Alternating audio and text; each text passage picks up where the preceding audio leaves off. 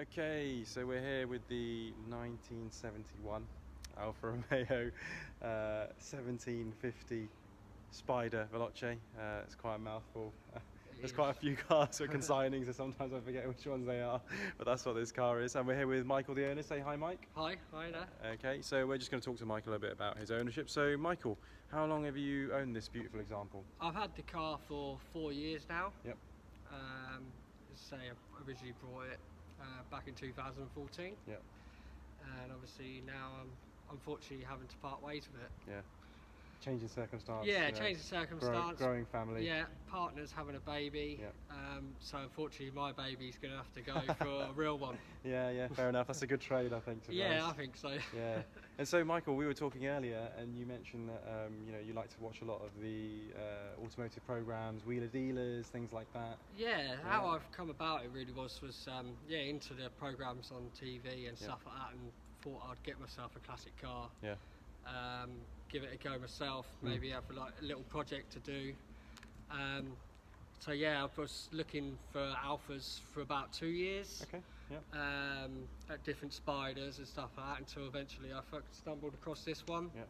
And went for it and decided to buy it. And what exactly attracted you to this particular example then? The Spider Camtail, this Series 2. Yeah. I preferred it actually to the Series 1, which has the round tail, which they are obviously more popular, a bit more rarer to find. Yeah.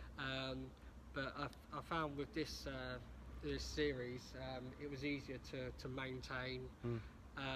Parts were easier to come by. Yeah. And obviously I bought a few bits for it to do it up over the years, so it was a lot easier. So it's a good little starter. Yeah. And you were looking for about 2 years, and then this actual example, you went for this one because. Previous ones I looked at, a few of them had rust issues. Yeah. There was 2 or 3 that I found that they had slippy second gear. Okay. Which is a common thing within Alfa Romeos, especially Spiders as well, where it slips the second gear. Yeah. But when I took this out for a test drive, I noticed that was one of the things that it didn't have. And it was a good example and good condition. When I saw it, I knew that was the one. And from a condition perspective, really nice paintwork. From the history, it doesn't look like it's been resprayed in the last, since 1990. There's no record. I've got history from them, but obviously it came originally from America. And obviously I don't really have any history in that part, so it could have been resprayed then, but as I say, the paintwork on it now from then, which is obviously quite a long time, is in really good condition. And that was one of the things you told me earlier that kind of attracted you to this example. It was in sort of custodianship of one owner for a long time here in the UK when they imported it, 1990. And then they actually took it out to Portugal, and then brought it back again to the UK. Same owners. They had the last owner I think had the car for around about 7 years or so. It's quite a long period of time. They imported it and took it out to Portugal, obviously as a holiday car, which would be quite nice to drive around the Portuguese countryside, I'd imagine, in the sun.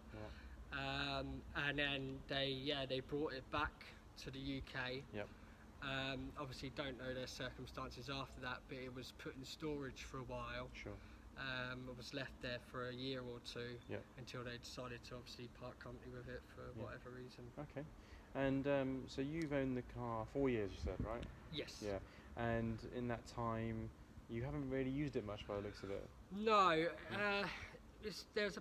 I've done about probably around 400 or 500 miles on the car, taking it locally. There's a lot of lovely countryside around where I live, so I've not really ventured far. There's not nice towns as well to take the car in.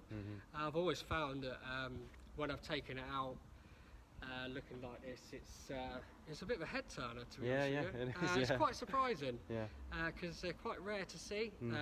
Living in this area, Ascot, Windsor, which are really nice places, obviously down by the riverside and stuff like that. It's a lovely car to drive. Cool, good stuff.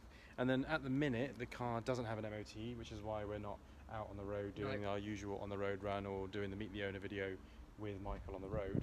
but you've got it booked in for an MOT. So it's booked in for an MOT next week, yeah.